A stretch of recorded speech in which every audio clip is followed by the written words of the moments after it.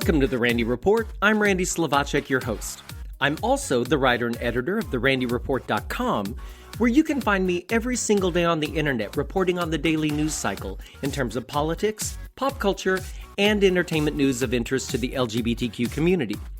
In this week's headlines, MGM Resorts released a new collection of wedding songs for LGBTs from Kesha, Bob Dylan, and more. The finale of Will and Grace aired this week with some surprise couplings. Maryland state legislature moved closer to banning so-called conversion therapy, and Anchorage, Alaska says no to transgender discrimination. All that and more on this episode of The Randy Report.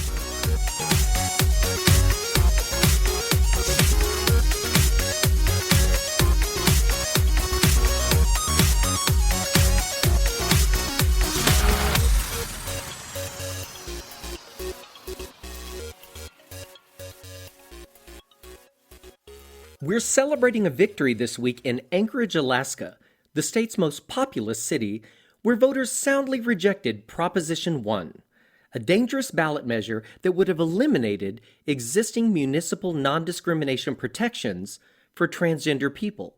It also would have forced transgender folks to use bathroom facilities that are inconsistent with their gender identity. Anchorage voters defeated Prop 1 by a vote of 53% voting no, versus 47% voting yes. Prop 1 was apparently one of the country's first bathroom bills to appear on a ballot as an initiative. Thanks to Anchorage voters for honoring the idea of human dignity for all. The Colorado House of Representatives has approved HB 18-1245, which would protect LGBTQ youth in the state from the dangerous and widely debunked practice of so-called conversion therapy. The important legislation now heads to the state Senate for consideration. As many of you may know, science has shown there is no credible evidence that conversion therapy can change a person's sexual orientation or gender identity or expression. In fact, research has shown that these practices can have harmful health risks for LGBTQ youth, such as decreased self-esteem, depression, substance abuse, homelessness, and even suicidal behavior. The devastating practice is condemned by every major medical and mental health organization, including, take note, the American Psychiatric Association, the American Psychological Association, and the American Medical Association. What more do you need than that? Currently, Connecticut, California, Nevada, New Jersey, the District of Columbia, Oregon, Illinois, Vermont, New York, New Mexico, Rhode Island, and Washington all have laws or regulations banning the destructive practice of ex-gay therapy on youth. Additionally, an increasing number of local municipalities have passed similar protections, including cities and counties in Ohio, Pennsylvania, Washington, Florida, New York, Arizona, and Wisconsin. Just this week, the Maryland state legislature passed a similar bill, and the legislation is now awaiting the governor's signature. Here's progress on a local level. The police department in Atlanta, Georgia, has announced it will hold its first LGBT Citizens Police Academy aimed at increasing trust and understanding between the police force and Atlanta's LGBTQ community. Beginning April 17th, the Academy will be held over 2 days and will be facilitated by the Atlanta Police Department's LGBT Liaison Unit. Atlanta Mayor Kesha Lance Bottoms supported the move, saying in a statement, "I commend the Atlanta Police Department for prioritizing a culture of respect with Atlanta's LGBTQ community." The program will include information about core Citizens Police Academy topics like homicide, human trafficking, use of force, with all discussions focused on the specific challenges faced by the LGBTQ community across the country and how the police can work to be better allies. The Atlanta Police offers several Citizens Police Academies throughout the year for specialized communities like the media, clergy, and collegiate students. In queer cinema, out actor Sir Ian McKellen is the subject of a new documentary feature, McKellen, Playing the Part, arriving in theaters this spring. Playing the Part based on an in-depth 14-hour interview, will debut with its UK premiere on May 27th at a special screening in London hosted by Graham Norton and followed by a Q&A with McKellen.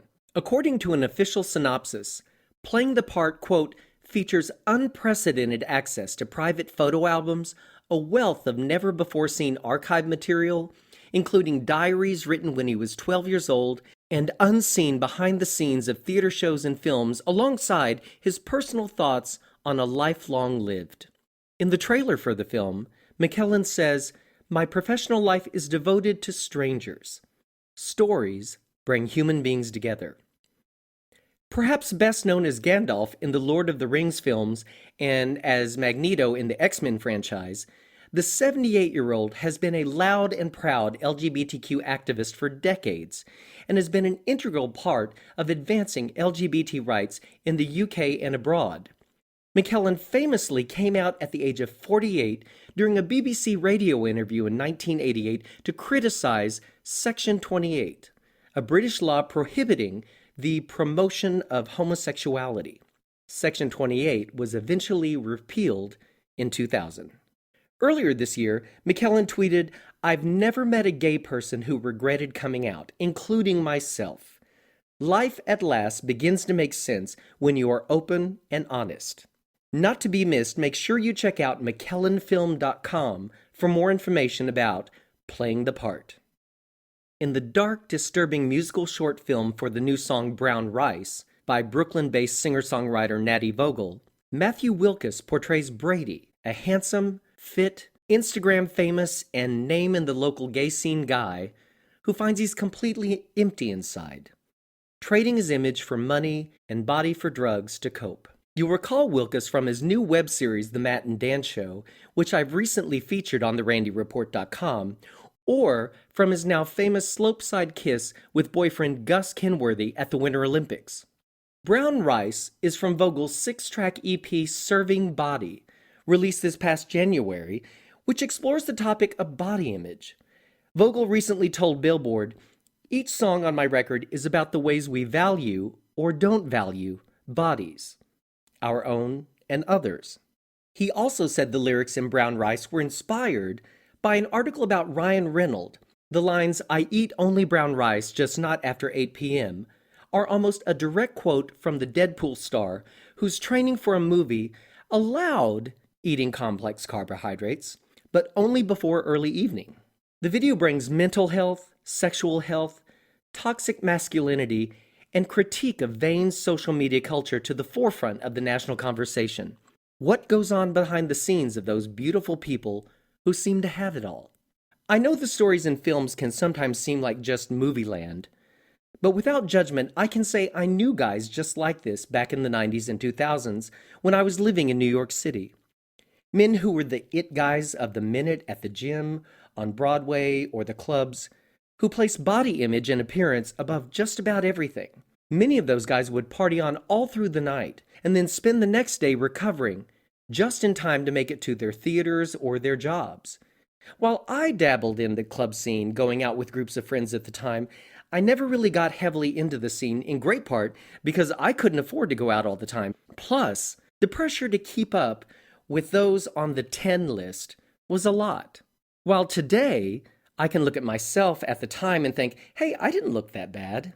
At the time, I can acknowledge I think I had my own body image issues. I wasn't sure that I was good enough to run with those crowds.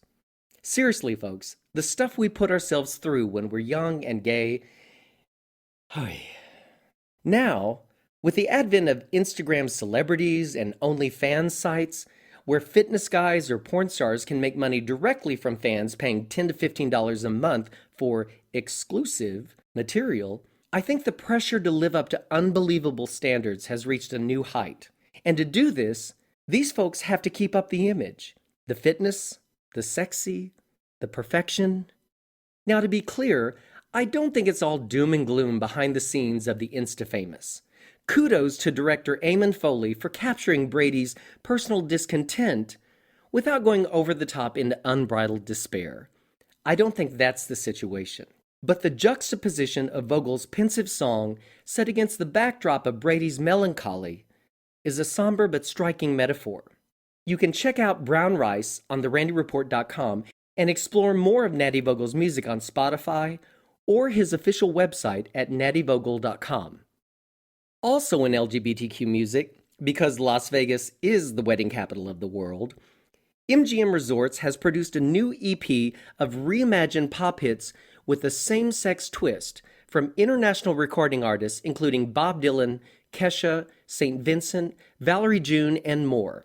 Universal Love is a collection of regendered wedding songs for the LGBTQ community, celebrating the overwhelming power of love and music to unite.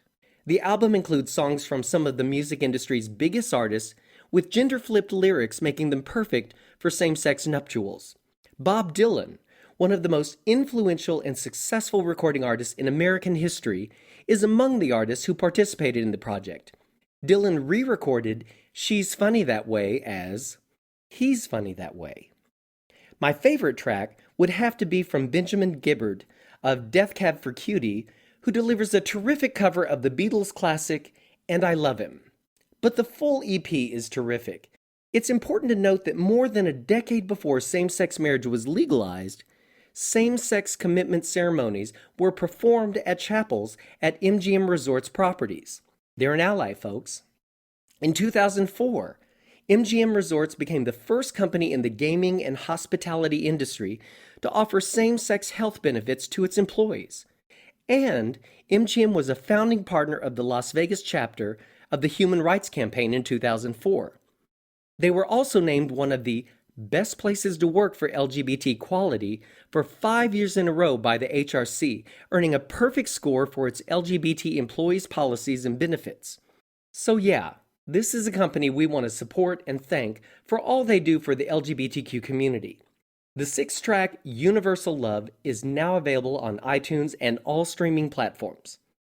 And finally, the season finale of Will and Grace aired this week. Oh no, already? I don't want to share any spoilers, but the episode featured the return of the brilliant Blythe Danner as Will's mother Marilyn, as well as Grace's father played by Robert Klein. In the episode, the two discover a new romantic attraction for each other.